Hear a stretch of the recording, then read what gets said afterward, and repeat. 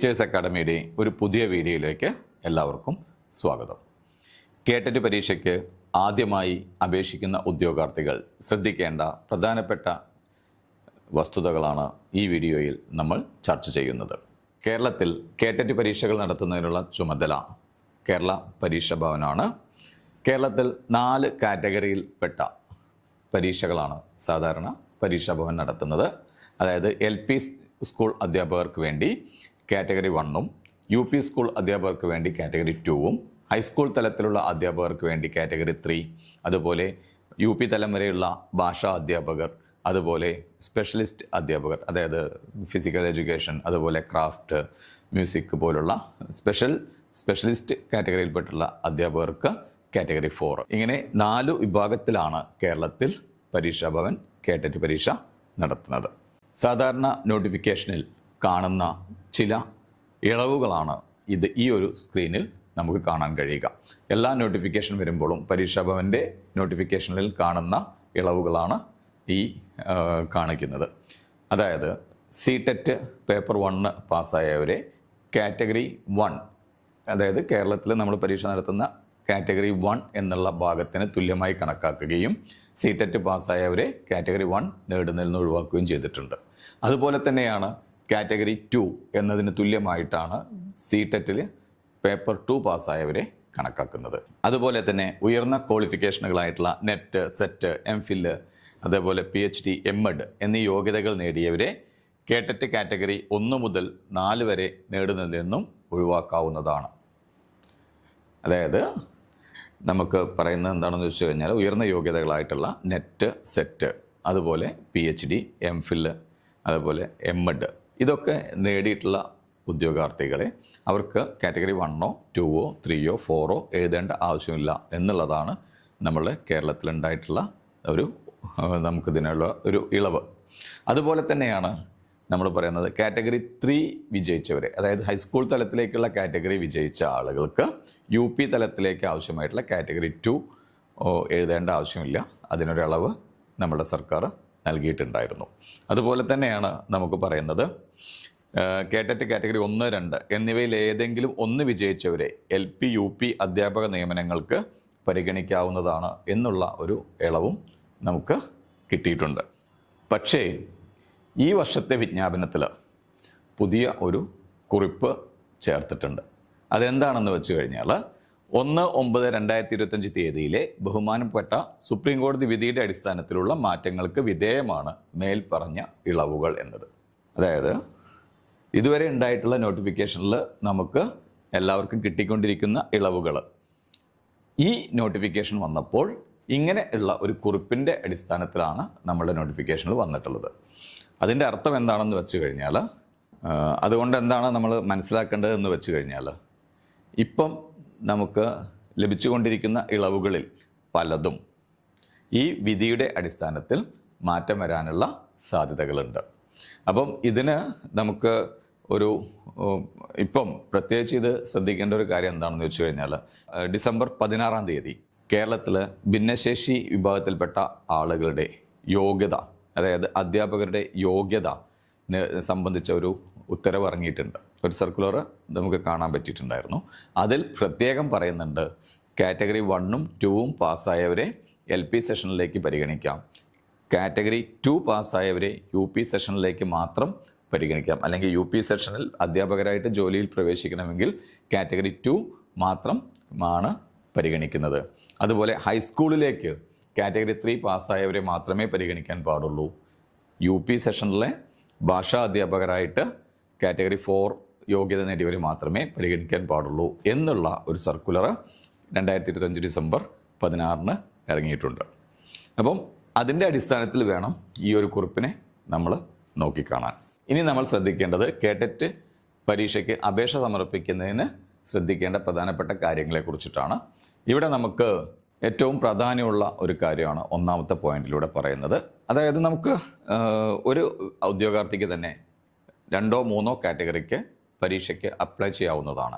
പക്ഷേ ഇങ്ങനെ അപ്ലൈ ചെയ്യാൻ യോഗ്യത നേടിയ വിദ്യാർത്ഥികൾ ചെയ്യേണ്ടത് എന്താണെന്ന് വെച്ചാൽ, ഒരൊറ്റ അപേക്ഷയിൽ ഈ കാറ്റഗറികളെല്ലാം മെൻഷൻ ചെയ്തുകൊണ്ട് വേണം അപേക്ഷ സമർപ്പിക്കാൻ. കാരണം നമ്മൾ അപേക്ഷ ഓൺലൈനായിട്ടാണ് സമർപ്പിക്കുക.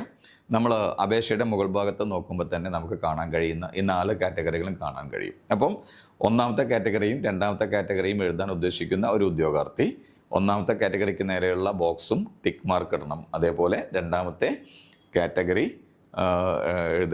എഴുതുന്നുണ്ടെങ്കിൽ, ആ പരീക്ഷയിൽ തന്നെ എഴുതുന്നുണ്ടെങ്കിൽ നമ്മൾ എന്ത് ചെയ്യണം? രണ്ടാമത്തെ കാറ്റഗറിക്ക് ഉള്ള സെലക്ഷനും അപ്പോൾ തന്നെ ചെയ്യേണ്ടതാണ്. അതിനുശേഷം നമ്മൾ എന്ത് ചെയ്യണം? ഓരോ കാറ്റഗറിക്കുള്ള ക്വാളിഫിക്കേഷൻസ്, ആവശ്യമായിട്ടുള്ള ഇൻഫർമേഷൻസ് നമ്മൾ എന്ത് ചെയ്യണം? കൃത്യമായിട്ട് ഫിൽ ചെയ്തിട്ട് വേണം ഓൺലൈൻ അപേക്ഷ സമർപ്പിക്കാൻ. ഇതുകൊണ്ട് അർത്ഥമാക്കുന്നത് എന്താണെന്ന് ചോദിച്ചു കഴിഞ്ഞാൽ, ഒരു കാറ്റഗറിക്ക് അപേക്ഷ സമർപ്പിച്ചതിന് ശേഷം വീണ്ടും രണ്ടാമത്തെ ഒരു കാറ്റഗറിക്ക് അപേക്ഷ സമർപ്പിക്കാൻ നമുക്ക് സാധിക്കുകയില്ല എന്നുള്ളതാണ് ഇതുകൊണ്ട് അർത്ഥമാക്കുന്നത്. പിന്നെ അതെല്ലാവർക്കും അറിയുന്ന കാര്യമാണ്, നമുക്ക് ഓൺലൈനായിട്ട് മാത്രമേ കേട്ടറ്റ് പരീക്ഷയ്ക്ക് അപേക്ഷ സമർപ്പിക്കാൻ കഴിയുകയുള്ളൂ. പിന്നെ മൂന്നാമത്തെ കാര്യമായിട്ട് പറയുന്നത് അപേക്ഷാർത്ഥിയുടെ പേര്, ജനനത്തീയതി, അടിസ്ഥാന വിദ്യാഭ്യാസ യോഗ്യത, അതുപോലെ കാസ്റ്റ്, കാറ്റഗറി, ഭിന്നശേഷി സംവരണം മുതലായ എല്ലാ വിവരങ്ങളും കൃത്യമായി തെറ്റുകൂടാതെ രേഖപ്പെടുത്തേണ്ടതാണ്.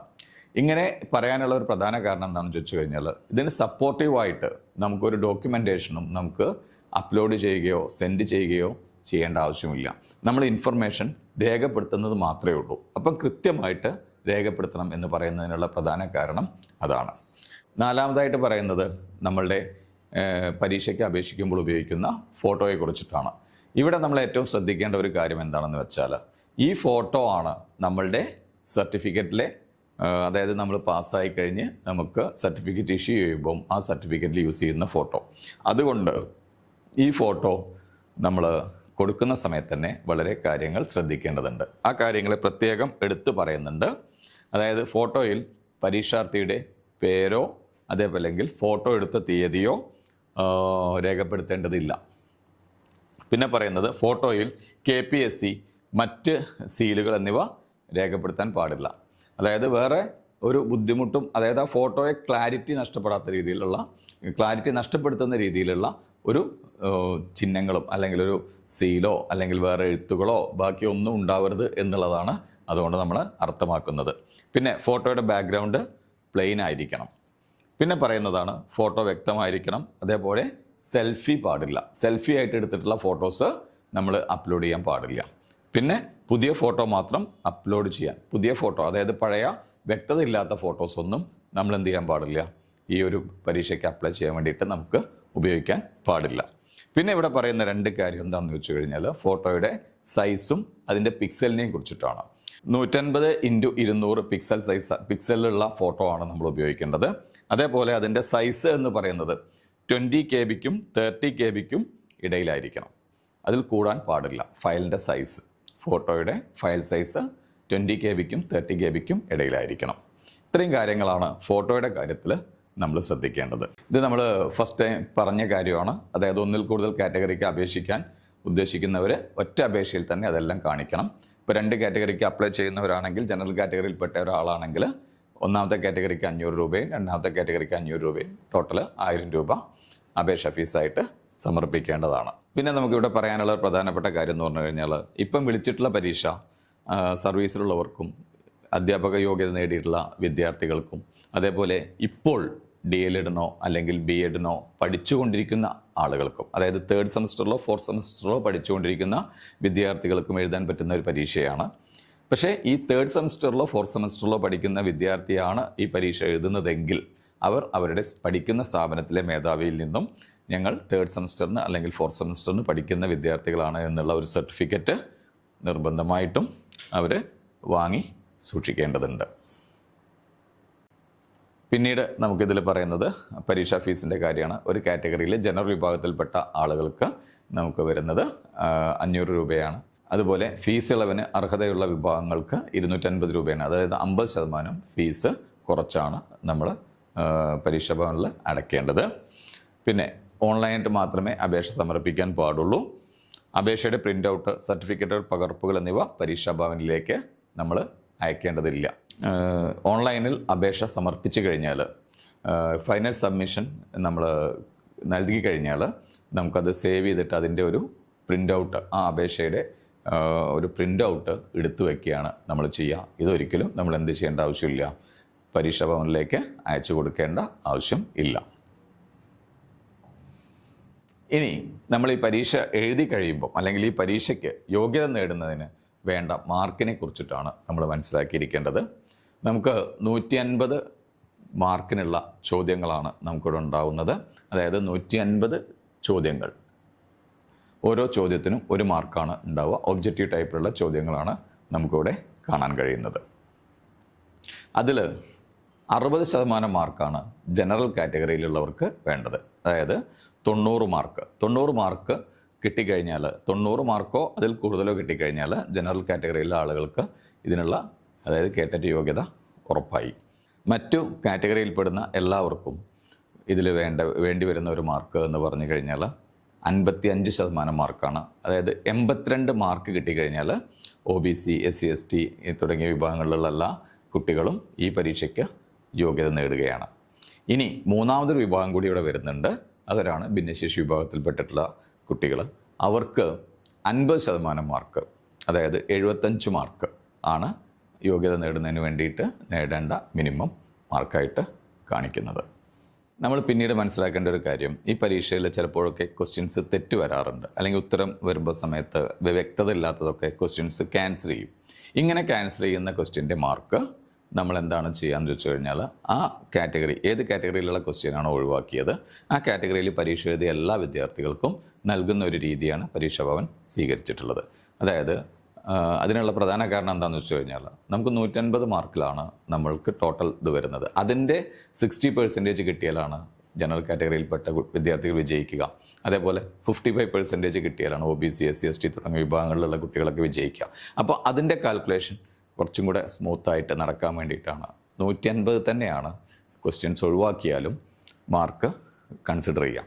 അപ്പം ഈ ഒഴിവാക്കിയ ക്വസ്റ്റ്യൻ എത്ര ഉണ്ടോ, 2 or 3 ക്വസ്റ്റ്യൻസ് ഒഴിവാക്കിയാലും ആ ക്വസ്റ്റ്യൻസിനുള്ള മാർക്ക് എല്ലാ കുട്ടികൾക്കും അവാർഡ് ചെയ്യുന്ന രീതിയാണ് പരീക്ഷാ ഭവൻ സ്വീകരിച്ചിട്ടുള്ളത്.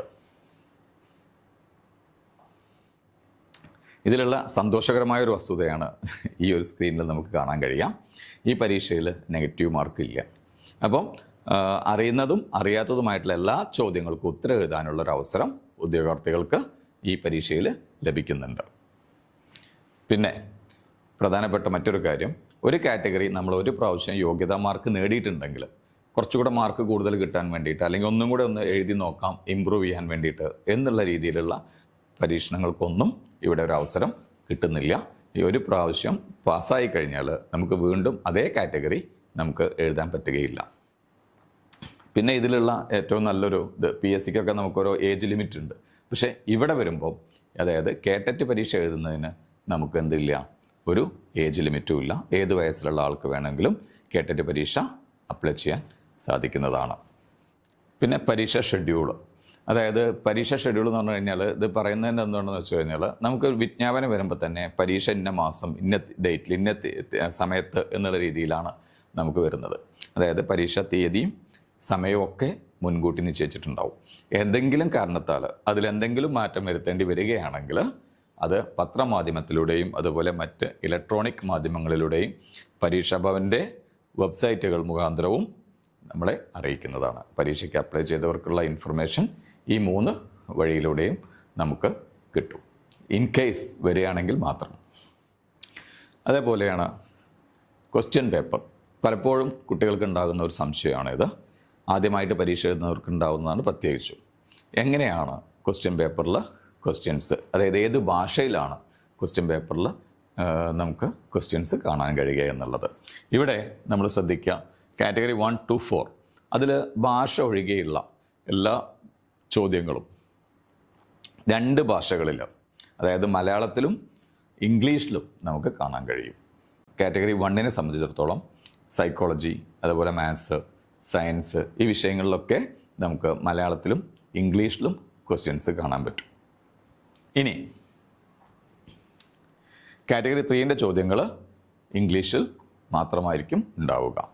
1 to 4 മലയാളത്തിലും ഇംഗ്ലീഷിലും ഉണ്ടാവും. പക്ഷേ കാറ്റഗറി 3യുടെ ചോദ്യങ്ങൾ ഇംഗ്ലീഷിൽ മാത്രമായിരിക്കും നൽകുക. അതിൽ ഭാഷാ വിഷയങ്ങൾ ഒഴികെ എല്ലാം ഇംഗ്ലീഷിലായിരിക്കും ഉണ്ടാവുക. ഇനി നമ്മൾ ശ്രദ്ധിക്കേണ്ട ഒരു കാര്യമാണ് പരീക്ഷാ കേന്ദ്രങ്ങൾ.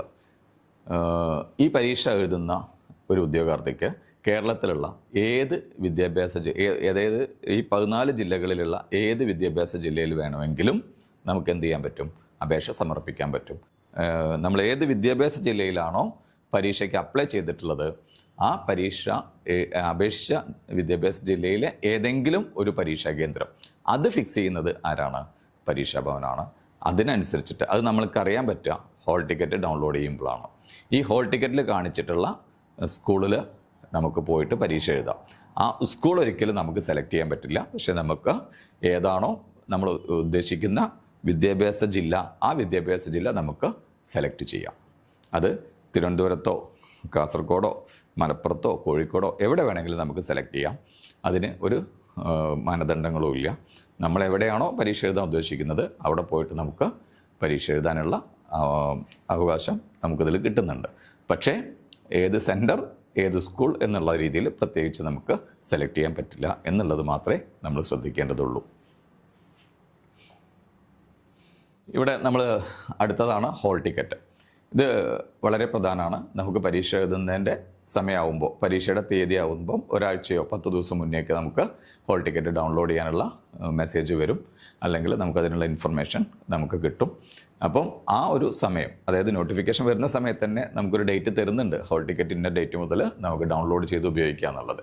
അപ്പം നമ്മൾ അപേക്ഷയൊക്കെ സമർപ്പിക്കുന്ന സമയത്ത് എടുക്കുന്ന പ്രിൻ്റ് ഔട്ടിൽ എന്തുണ്ട്? ആപ്ലിക്കേഷൻ നമ്പറും ആപ്ലിക്കേഷൻ ID ഉണ്ട്.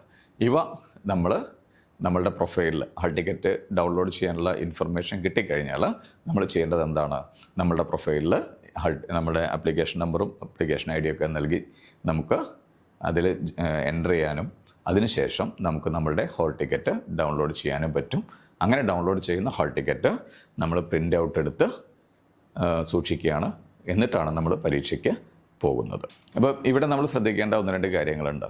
ശരിയായ രീതിയിൽ, അതായത് കൃത്യമായ ഫോട്ടോ അതുപോലെ ഇൻഫർമേഷനൊന്നും ഇല്ലാത്ത ഹാൾ ടിക്കറ്റ് ഉപയോഗിച്ചിട്ട് നമുക്ക് പരീക്ഷ ഹാളിൽ കയറാനോ അതേപോലെ പരീക്ഷ എഴുതാനോ നമുക്ക് പറ്റുകയില്ല. പിന്നീട് നമ്മൾ ശ്രദ്ധിക്കേണ്ട ഒരു കാര്യം എന്താണെന്ന് വെച്ച് കഴിഞ്ഞാൽ, പരീക്ഷ വിജയിക്കുന്നവർക്ക് സർട്ടിഫിക്കറ്റ് വെരിഫിക്കേഷൻ്റെ സമയത്ത് സർട്ടിഫിക്കറ്റ് വെരിഫിക്കേഷന് വേണ്ടിയിട്ട് നമ്മൾ പോകേണ്ടി വരും. കാരണം പരീക്ഷ അപ്ലൈ ചെയ്യുന്ന സമയത്ത് നമ്മുടെ യോഗ്യതകൾ ഇന്നതുണ്ട് എന്ന് നമ്മളതിൽ മെൻഷൻ ചെയ്യുന്നേ ഉള്ളൂ, ഒരു വെരിഫിക്കേഷനും നടക്കുന്നില്ല. അപ്പോൾ വിജയിച്ചവരെ മാത്രമാണ് സർട്ടിഫിക്കറ്റ് വെരിഫിക്കേഷന് വേണ്ടിയിട്ട് വിളിക്കുന്നത്, അല്ലെങ്കിൽ സർട്ടിഫിക്കറ്റ് വെരിഫിക്കേഷൻ ചെയ്യേണ്ടത് ഈ പരീക്ഷ യോഗ്യത നേടിയവർ മാത്രമാണ്. അങ്ങനെ വരുന്ന സമയത്ത് ഹോൾ ടിക്കറ്റ് വളരെ ഒരു നിർണായക ഘടകമാണ് ഇവിടെ. കാരണം നമ്മൾ പരീക്ഷ വിജയിക്കുന്നവർക്ക് സർട്ടിഫിക്കറ്റ് വെരിഫിക്കേഷൻ നടത്തുന്നതിനും പിന്നീട് കേട്ടറ്റ് സർട്ടിഫിക്കറ്റ് കൈപ്പറ്റുന്നതിനും പരീക്ഷാ ഹാളിലെ ഇൻവിജിലേറ്റർ ഒപ്പുവെച്ച ഹാൾ ടിക്കറ്റ് ആവശ്യമാണ്. അതാണ് ഹാൾ ടിക്കറ്റിൻ്റെ പ്രാധാന്യം. അതായത് നമുക്ക് വെരിഫിക്കേഷൻ സമയത്ത് നമ്മൾ പരീക്ഷ എഴുതിയപ്പം നമ്മൾ ഉപയോഗിച്ച ആ ഹോൾ ടിക്കറ്റിൽ ഇൻവിജിലേറ്റർ ഒപ്പിട്ടിട്ടുണ്ടാവും.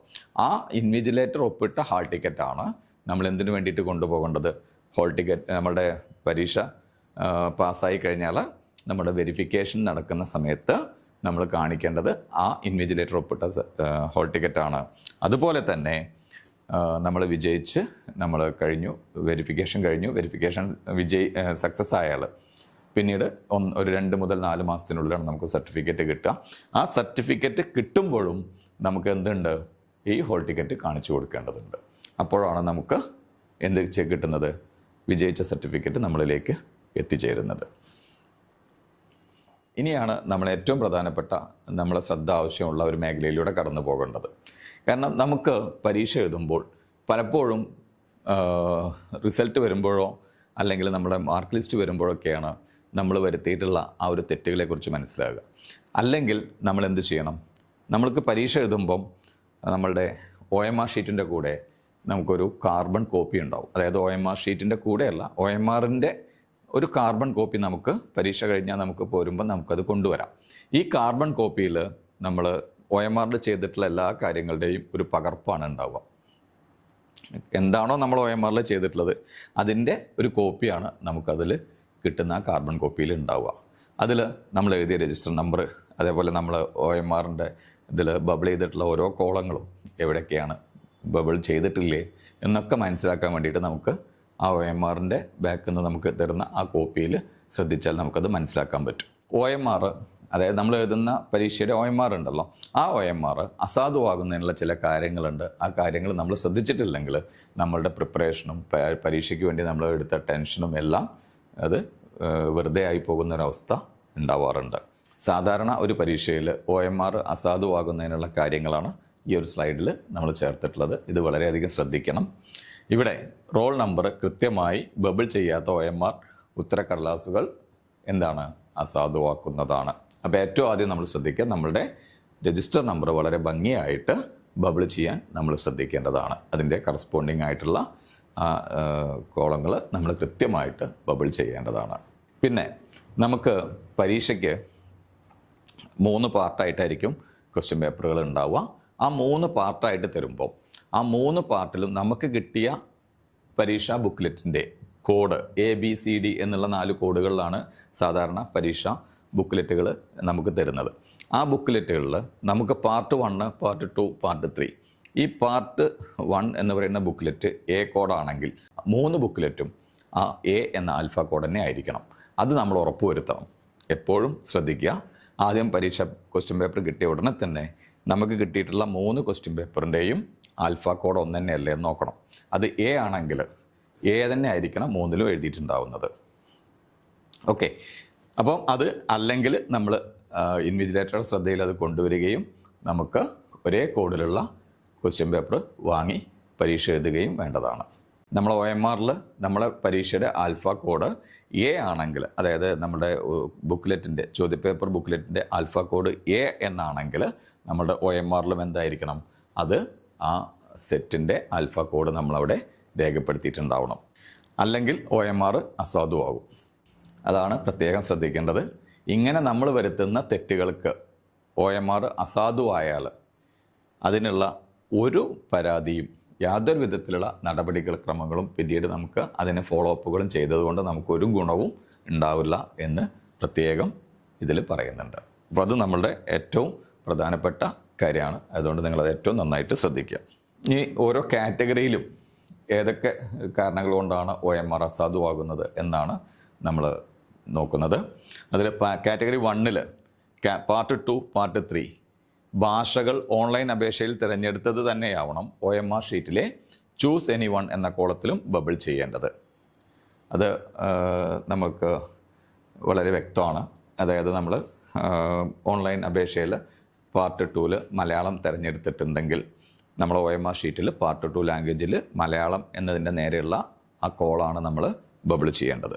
അതുപോലെ പാർട്ട് 3 ഭാഷയിൽ ഇംഗ്ലീഷായിരിക്കും നമ്മളധികം തിരഞ്ഞെടുക്കുക. ആ ഇംഗ്ലീഷിൻ്റെ നേരെയുള്ള OMR ഷീറ്റിൽ ഇംഗ്ലീഷിൻ്റെ നേരെയുള്ള കോളം നമ്മൾ ബബിൾ ചെയ്തിട്ടുണ്ടാവണം. അങ്ങനെ അല്ലാത്ത രീതിയിൽ നമ്മൾ ചെയ്തിട്ടുണ്ടെങ്കിൽ ഒന്നുകിൽ ചെയ്യാതിരിക്കുകയോ അല്ലെങ്കിൽ തെറ്റി ബബിൾ ചെയ്യുകയോ ചെയ്താലും OMR അസാധുവാകും. കാറ്റഗറി 2ലേക്ക് പോവുകയാണെങ്കിൽ അവിടെ നമ്മൾ ശ്രദ്ധിക്കുക, നമുക്ക് കാറ്റഗറി 2ൽ സബ്ജക്റ്റിൻ്റെ സൈഡിലേക്ക് പോകുമ്പോൾ ജനറൽ പേപ്പർ എന്ന് പറയുന്നത് സൈക്കോളജി, അതുപോലെ മലയാളം, ഇംഗ്ലീഷാണ് ജനറലായിട്ട് മാറ്റമില്ലാത്ത വരുന്ന 3 സബ്ജക്റ്റുകൾ എന്ന് പറയുന്നത്. പിന്നെ വരുന്നത് സയൻസും മാത്സും.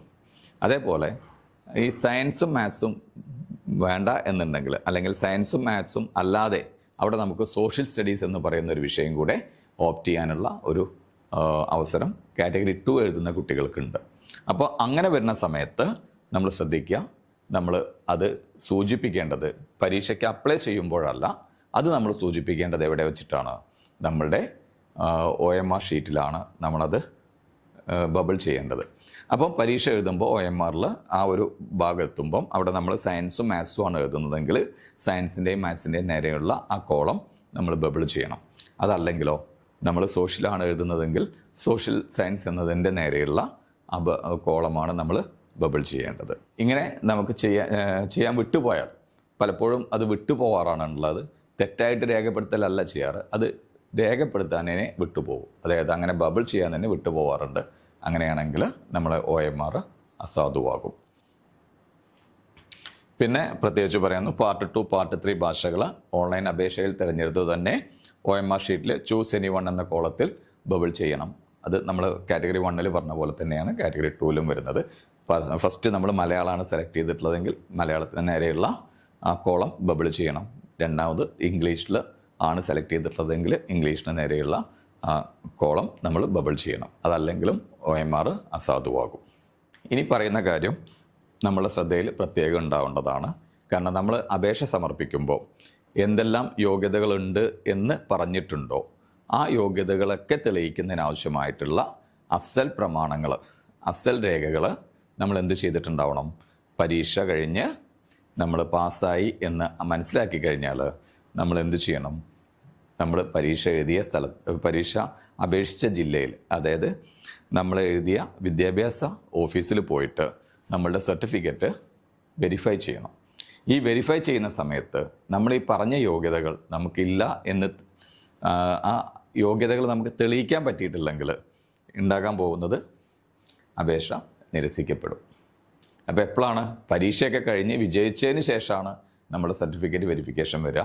ആ സമയത്ത് നമുക്ക് നമ്മൾ പറഞ്ഞിട്ടുള്ള യോഗ്യതകൾക്ക് അനുസരിച്ചിട്ടുള്ള സർട്ടിഫിക്കറ്റ് ഹാജരാക്കാൻ പറ്റിയിട്ടില്ലെങ്കിൽ അതോടെ നമ്മളുടെ അപേക്ഷ നിരസിക്കപ്പെടും.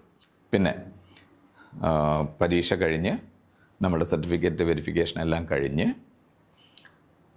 അതായത് യോഗ്യതാ സർട്ടിഫിക്കറ്റിൻ്റെ വെരിഫിക്കേഷൻ എല്ലാം കഴിഞ്ഞ് 2 മുതൽ 4 മാസത്തിൻ്റെ സമയം ആണ് സാധാരണ എടുക്കാറുള്ളത്.